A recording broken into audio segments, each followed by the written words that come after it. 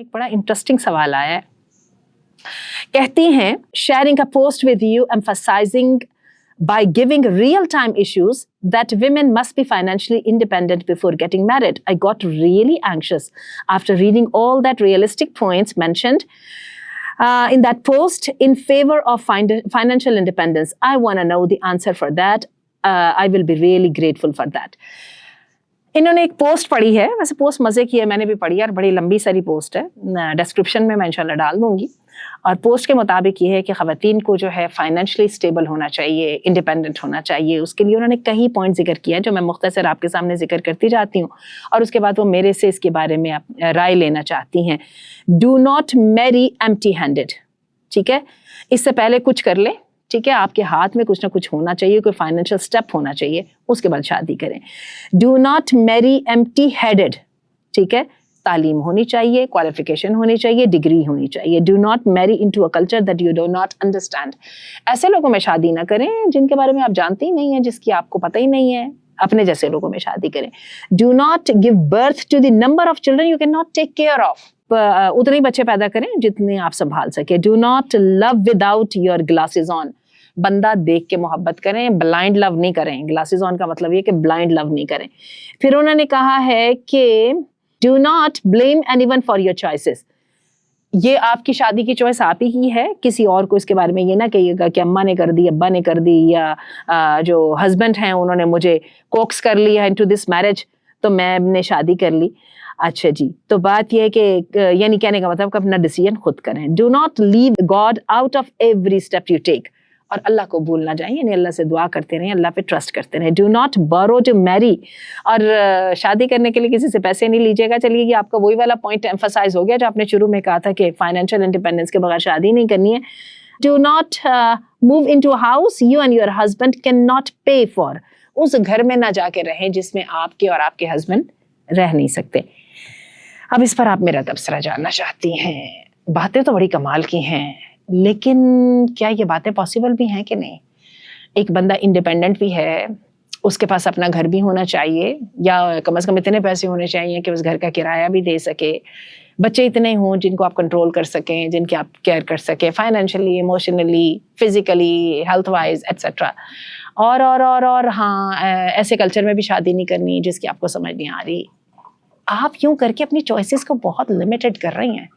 और मैं आपको बताऊं कि ह्यूमन जो साइकिल है ना, लाइफ साइकिल, वो इस तरह से चलता नहीं है. मुझे भी बहुत अच्छा लगता है डिग्री भी हो, अर्निंग हैंड भी हो, मेरे पास अपना घर हो, मेरी शादी हो, मेरा शौहर मुझे चोटी से पकड़ के घर से ना निकाल सके. ऐसा होता नहीं है. जिंदगी की इब्तदा के अंदर तो मर्दों के पास घर नहीं होते हैं. मर्दों के पास भी डिग्रियां समटाइम्स इनकम्प्लीट ही होती हैं. मेरे तो सर्कल में आसपास जितने भी लोग हैं, हस्बैंड्स कभी एमफिल कर रहे हैं, कभी पीएचडी कर रहे हैं, एंड या फिर अपनी जो है मेडिकल के बाद मुख्तलिफ किस्म के कोर्सेज कर रहे हैं स्पेशलाइजेशन के, और स्टाइपेंड आ रहा है बस घर में खर्चे के लिए. और क्या है, बच्चे भी पैदा हो रहे हैं साथ, और उसके साथ क्या हो रहा है कि जिंदगी मुश्किल है. और क्या है कि बोझ जो है वो औरत पे आ जाता है. मर्द को तो छुट्टी देनी है ना. अभी मेरी पिछले दिनों खातून से मुलाकात हुई, कहने लगी मैंने अपने शौहर को जो है ना पीएचडी कराई है, और होता ये था कि मैं बच्चे लेके कोने में घुसी रहती थी, और ये पूरा एम्फसिस इस बात पे होता था कि इनको टाइम दे दो, इनको फोकस करने दो, इनको फैसिलिटेट कर दो, इनका इम्तहान है, ये इनका इम्तहान अच्छा हो जाएगा तो हमारे वारे न्यारे हो जाएंगे, एट्सेट्रा. इतना कंट्रोल लाइफ के ऊपर होता नहीं है. आपकी प्लानिंग इतनी कंप्लीट होती नहीं है.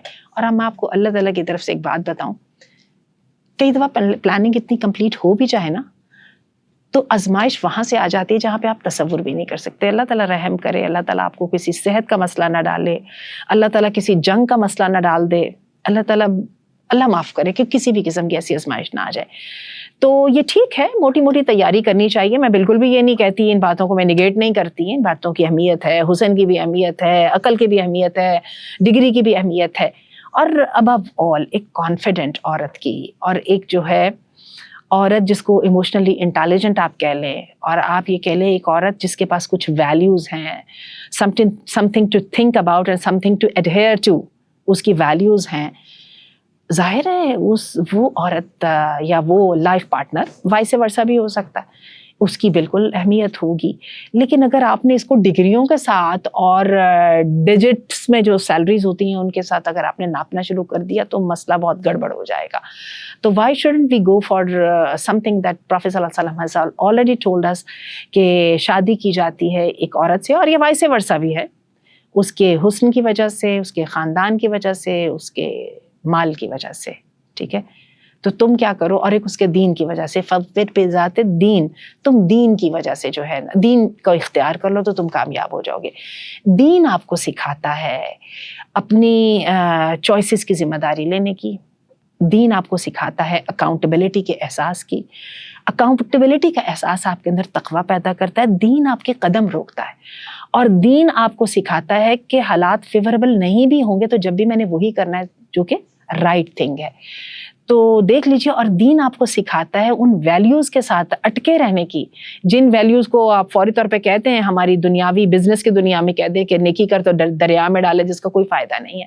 اور یہ بھی ذہن میں رکھیے گا کہ جو کامیاب بزنس مین ہوتا ہے نا, یہ میں نہیں کہہ رہی ہوں, یہ آپ کی ساری کامرس اور آپ کے جو ہے نا ساری جو بزنس مینجمنٹ کے اصول ہے وہ یہ کہتے ہیں, جو سکسیسفل بزنس مین ہوتے ہیں وہ ہمیشہ انسرٹینٹی میں جو ہے نا وہ انویسٹ کرتے ہیں. انسرٹینٹی کیا ہوتی ہے؟ آپ جب کاروبار شروع کرتے ہیں 40-50 لاکھ کا تو یہ سوچ کے کرتے ہیں کہ یہ بھی ہو سکتا ہے 60-70% ہے کاروبار چلے گا, اور یہ بھی ہو سکتا ہے کہ ڈوب جائے, اور ہر بندے کو پتا ہوتا ہے کہ ڈوبنے کے لیے تیار رہنا ہے, اور کوئی بھی بندہ ڈوبے ہوئے کاروبار کے ساتھ ڈوبتا نہیں ہے, بلکہ کیا ہے کہ اپنے تھریڈس پکڑ کے تو اونا پونا کر کے تو دوبارہ نیا کاروبار کرنے کی کوشش کرتا ہے.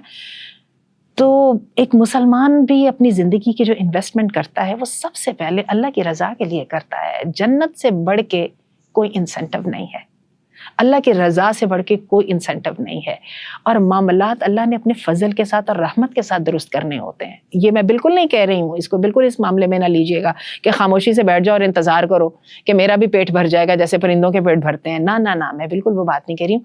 لیکن یہ جو اتنی پرفیکٹ قسم کی, جو بلیمش فری قسم کی جو پلاننگ آپ بتا رہی ہیں نا, یہ زندگی کو بہت مشکل کر دے گی. اور فار اللہ سیک پاکستان کی لڑکیوں کی زندگیاں تو پہلے ہی بہت مشکل ہیں وہ, اور اس کی وجہ بھی یہی ہے, یہ لمبی لسٹ. ویسے یہ لمبی لسٹ ہم مسٹر رائٹ میں بھی ڈھونڈا کرتے ہیں, تو آپ نے تو اپنے بارے میں بھی اتنی شرطیں لگا لی ہیں, تو یہ تو 40-50 سال کی عورت کے لیے ایک سٹینڈرڈ ہے. میں آپ کو بتاؤں شادیاں ہوتی ہیں 20s کے اندر تو کسی کے پاس بھی کچھ نہیں ہوتا.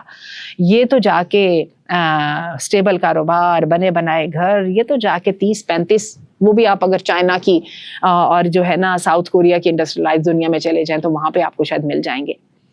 تو دیکھ لیجئے کہ میٹیریلزم کو اتنی ہی اہمیت دیجئے جتنی اس کی اہمیت ہے. کام اللہ سنوارتا ہے, اور اس وقت کی گئی انویسٹمنٹ, اور خواتین کی انویسٹمنٹ تو شادی کے شروع دنوں میں ہی ہوتی ہے.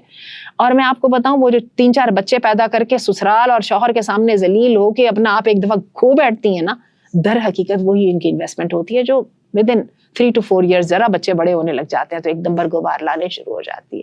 سوچئے گا ذرا اس بات کی طرف. اتنی زیادہ پلاننگز جو ہیں نا وہ انسان کے بس میں ہوتی نہیں ہیں, اور سیدنا علی نے کہا تھا کہ میں نے اپنے رب کو پہچانا ہے ارادوں کے ٹوٹنے کے ساتھ.